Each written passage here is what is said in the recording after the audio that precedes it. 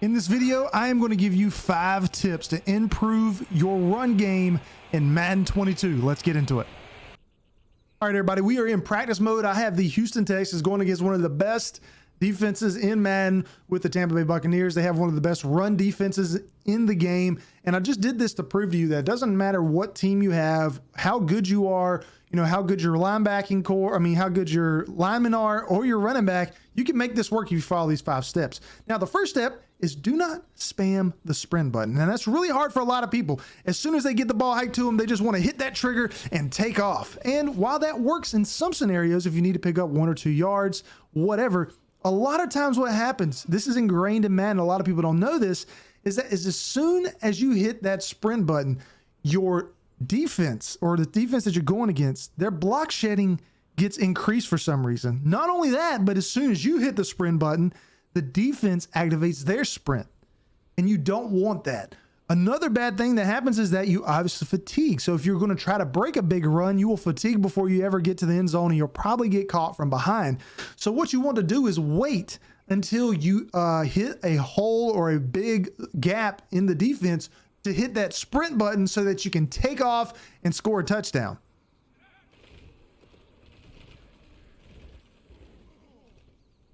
All right, tip number 3 is knowing what side of the ball to run to. Now, if you play on rookie or pro, you get this option available. But if you're playing on all Madden, you don't have this available, which is this pre-snap read that will tell you if you're running to the strength or weakness of the defense. The weakness being green, the strength being red. In this case, if we run to the left, that is to the weak side of the defense. If we run to the right, we're running into the strength of the defense. That's where most of the defenders are. Now, this does not mean that you're going to automatically pick up yards. You still can have blocks fail at the line of scrimmage. You could have linebackers, blitzing. You could have safety blitzing. I could have corners blitzing. There's a lot that could change this, but just from a pre-snap read, going to the left means it's more successful. So we'll run, we'll see what happens. And if you see in this scenario, well, it was good. That was like a 20-yard pickup. And the reason why was because we had more more blockers on that left side than we did defenders. If we look at this pre-snap read, the center counts for 1, our guard counts for 2, and our tackle counts for 3. And we have 3 defenders in the box. Now, the box is considered from the line of scrimmage, from where the linemen are, 5 yards off. So, and because this linebacker is past the center, he doesn't count. So there's only 3 guys here, and we got 3 linemen. Now, if we go off to the right, that's not really what we want to do. There's too many guys there. There won't be enough blockers for defenders, or it'll be a push. So on this side, we've got less guys on the left. If our linemen hold their end of the bargain and block those 3 defenders, well, then we don't have anybody other than that one safety to beat. So we see this unfold. Lineman comes up. Now, he misses his block. So he's blocking that nose tackle, our center and our guard. He's supposed to come off and pick up that linebacker, but he misses. But luckily, I don't hit sprint until I'm right here. I hit sprint. I'm able to get right by him. And now the only defender I have to beat to score a touchdown here is that safety that we saw at the beginning of the play. So because I read the defense and went to the right side of the field, I was able to break a big gain. Now, I could have set up that block. I could have slowed down and stopped and let the lineman get in front of me. But I thought maybe I could juke it. And if you have a good running back, you're usually able to get right by that. And I could have easily scored. But that's just a situation of running to the strength of your offense or the weak side of the defense really does pay dividends, and something that you need to pay attention to at your pre-snap read. So this is an exact same play, but now we're running into the strength of the defense. We only have 3 blockers, but there are 4 line or defenders in the box, so to speak. So if we run this, there's going to be a defender that breaks free or should have broke free, and we just had like the Mark Sanchez butt fumble type of thing where we ran into our own guy. But if we watch an instant replay of this, you'll see what I'm saying. 3 guys get blocked, and there's 1 guy left unaccounted for. Now, it looks like they're playing zone coverage, so that's kind of why this is also a corner. This is why he kind of slides out to the left. But this ended up being a linebacker.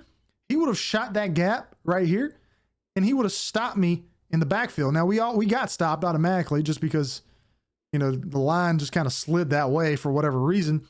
But that's another instance of not a good scenario. Now, it would have been better off to run to the right, because look at the gap. Look at the gap to the right.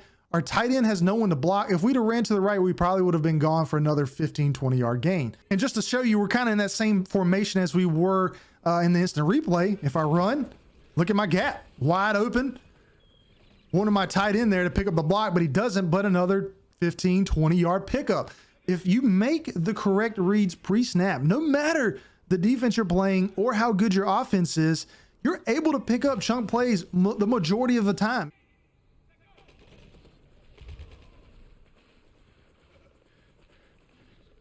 All right, so there you go. You just saw that play happen. So tip number 4 is follow your lead blockers. Follow your blockers, guys. I see so many players who will just run to the left, to the right. They want to go outside, and you can have a ton of success doing that. But you can also have a ton of success if you go up the middle by following your blockers. So you see here we go. We put the tight end in motion. He's going to be my lead blocker. Him in the center going up the middle. Now, I could easily have tried to go off to the left here. You see there's a big gap, but then I had to fight that safety by myself. Or maybe Brandon Cooks off to the left there does not seal that block and he comes off and I'm only picking up 3 or 4 yards. But if I follow my tight end and my center, who are setting my blocks, who are a lot better of blockers than a wide receiver, well then look what happens. I follow my tight end right up the gap. He blocks the linebacker and I am able to hit the sprint button. I hit the sprint button right about here, and I am able to blow by that safety, cut up the middle, and I'm right up. I used no stick skills there. That was just left and right. I did no juke, did nothing special. I did a pre-snap read. I followed my blocker. I waited to hit sprint, and then I'm off to the races. So tip number 4 is make sure you follow your lead blockers. If you don't do that, then you're not going to have good success. I mean, they're running that way for a reason. If I go off to the left, then, you know, I can pick up some yardage, but if I'd have went up the middle there in that scenario, I probably would have broken off for a bigger gain. Let's just watch this. Look at this.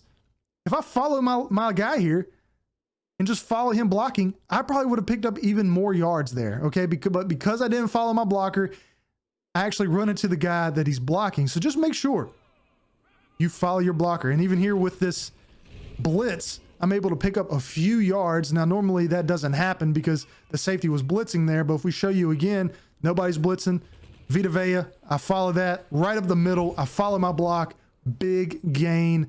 First down, Texans. So just make sure you follow your blocks. Tip number 4, I think I said the last one was 4, that was 3. Tip number 4 is knowing when a run play isn't going to work. So in this instance, I have all of these guys within the box. It says that running to the left is going to be good, but I'm doing a counter play, which means it's going to take up some time for me to even get the ball.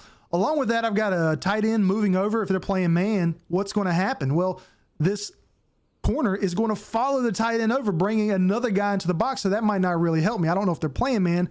It kind of looks like they're playing zone. I'm not entirely sure because I think this is a zone defense, but I don't want to pass it here. This is not a good formation to pass or run. I mean, run it. I don't want to run it here. This is not a good formation to run it against. I've got a lot of guys up on the line, and these are good linebackers. This is a good defensive line. So sometimes the best thing to do is to get out of the run.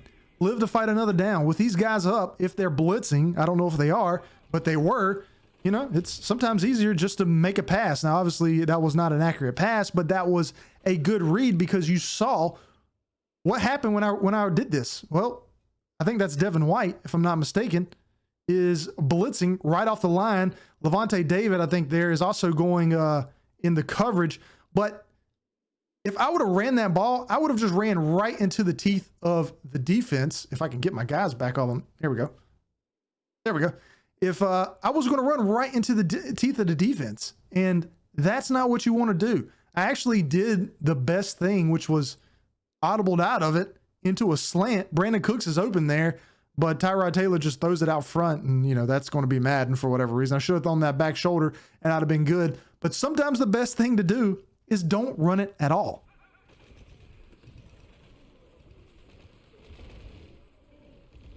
All right, the last tip you saw there is knowing what type of running back you got. Now here we've got David Johnson, who at one time was really, really good at making people miss and juking, but now he's more of like a downhill back, especially in Madden. He doesn't have like really good juke skills.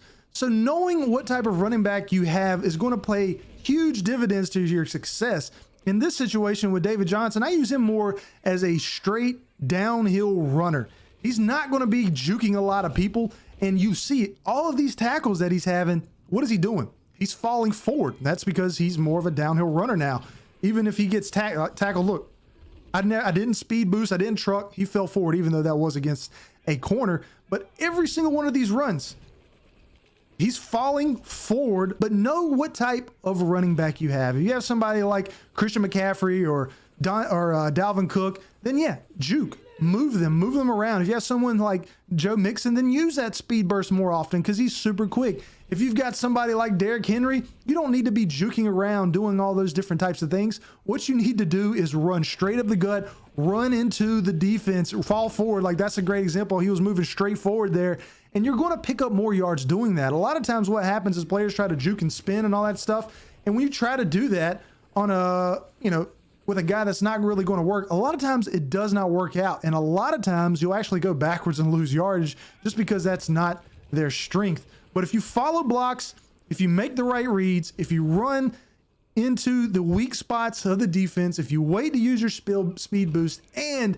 if you use your running backs the correct way, the way that they're intended, you're going to pick up big chunk yard plays like I'm showing you in this video. I'm doing this real time. Now, obviously that wasn't good, but I think if you use those 5 tips, you'll have a lot more success. Actually, I know you will. But guys, that's it for this video. If you enjoyed, if you learned something, hit that like button. And if you want to keep learning about Madden, sliders, all over type of Madden content, make sure to hit that subscribe button down below. I'll catch everybody later. Peace out.